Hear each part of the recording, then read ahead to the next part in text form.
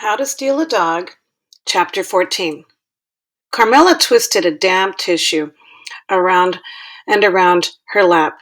Every now and then she dabbed at her nose. I can hardly stand to face the day anymore, she said. I couldn't go to work today. How come? Toby said.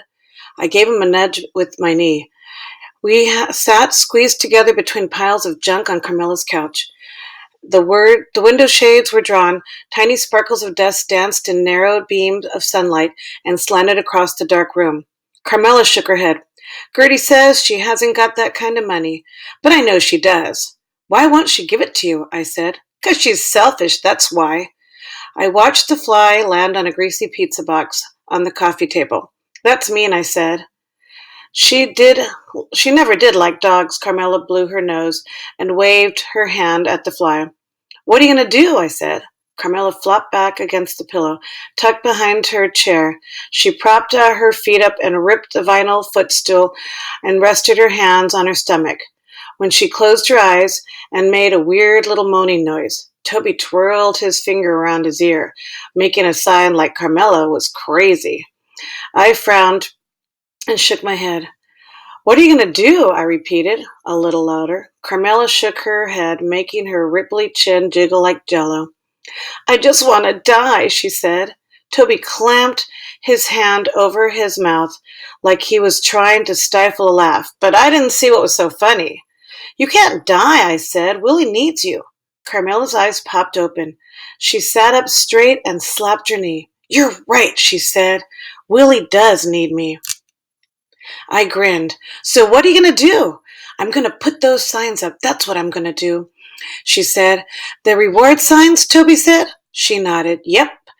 But what about the money? I said. Where are you going to get the money? I'll just be like Scarlett O'Hara, Carmela said. Who's that? Toby said. You know, from Gone with the Wind. I guess me and Toby looked confused, because she went on to explain that Scarlett O'Hara, about how she was the lady in the movie who said fiddly-dee and who worried about things tomorrow instead of today. Then Carmela pushed herself up on the chair and shuffled over the rickety card table. Will y'all help me put these signs up? She waved a stack of papers at us. I made copies with Willie's picture. She smiled down at the sign in her hand.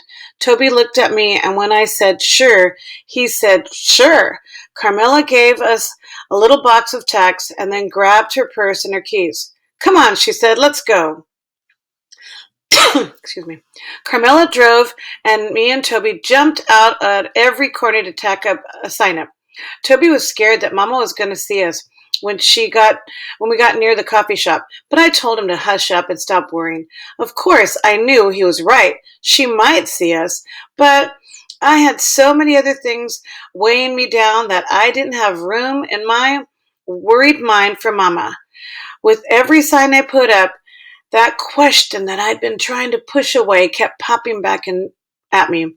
The question was, what in the world are you doing, Georgina? By the time we were done, it seemed like there wasn't one street in Derby that didn't have a sign tacked up somewhere. On nearly every corner, Willie's face gazed out at the world with his head cocked in that adorable way. It broke my heart to look at it. I feel better already, Carmela said, when we turned onto Whitmore Road and into the driveway. I have this feeling in my bones that my little Willie is going to be coming home any minute now. But what about the money? I said. Carmela flapped her hand at me. Oh, fiddly-dee, she said. I'll worry about that tomorrow. When Mama got off of work, she drove us over to the Pizza Hut and told us to go in and wash up. Then we sat in the parking lot and ate corned beef sandwiches and dill pickles. Mama seemed really happy and excited, going on and on about how she's making all kinds of money. She showed me and Toby an envelope stuffed with dollar bills. I'm stashing this under the spare tire in the trunk, she said, but it's just for emergencies, okay? Is that enough to pay for an apartment? I said, pulling on the fat of the corned beef and tucking it into a napkin for Willie. Not quite, she said, but it won't be long now. How long? I popped a piece of chewing gum in my mouth. Not long, Mama said. How long? Not long, Mama said in a mean voice. Yeah, right. I rolled my eyes and pulled chewing gum, it long, stretchy string out of my mouth. Mama whipped around her face to face me. I stuck my chin up and looked her square in the eye, twirling the gum around like a jump rope. She turned back around and slumped low in the front seat. Toby licked his fingers and smacking sounds said, Maybe me and Georgina can get some money. I like to have swallowed my gum when he said that. Mama looked at him and smiled that real sweet smile she always seems to have for him, but never for me. Now, how in the world would you and Georgina get money, sweetheart? She said. Here it comes, I thought. I knew Toby was going to mess up sooner or later. I braced myself for what was going to come next, waiting for Toby to tell Mama about Willie and Carmela and all. I tried to give him an evil eye, but he wouldn't look at me. I don't know, he said. Maybe we could find some. Mama chuckled. Wouldn't that be nice? Yeah, Toby, I said. Be sure to let us know when you find $1,000,000 on the sidewalk. Mama shot me a look, but Toby grinned and said, Okay. We finished up our supper, and then Mama drove around looking for a place to park for the night. The car was chugging and rattling and jerking like crazy, but she acted like she didn't even notice. As we pulled into the parking lot at Motel 6, I spotted one of Carmela's signs. Suddenly, that greasy corned beef in my stomach didn't set too well. I lay down on the back seat, curled up into a ball. Then I closed my eyes and pretended to be asleep. Later on, after Mama and Toby had fallen asleep, I pulled out my How to Steal a Notebook. I read through every page.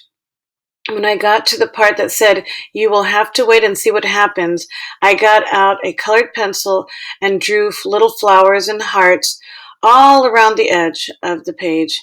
Then I used my sky blue pencil to write again, You have to wait and see what happens next. I looked out the window of Motel 6. Inside the lobby, a man was watching TV and sipping from a coffee mug. A soda machine outside the door sent a flickering red glow across the parking lot.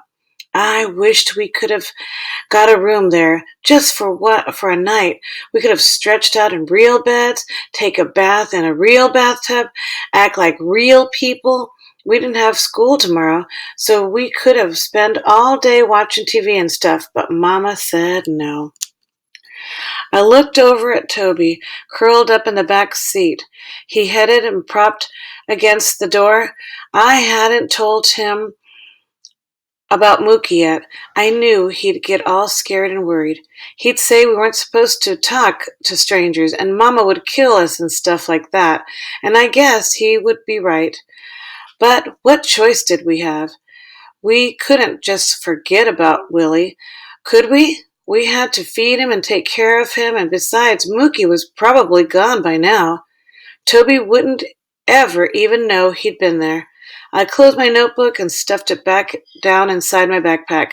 Then I lay down on my car seat and closed my eyes. No sense in worrying about Mookie tonight. Was there? I could worry about him tomorrow.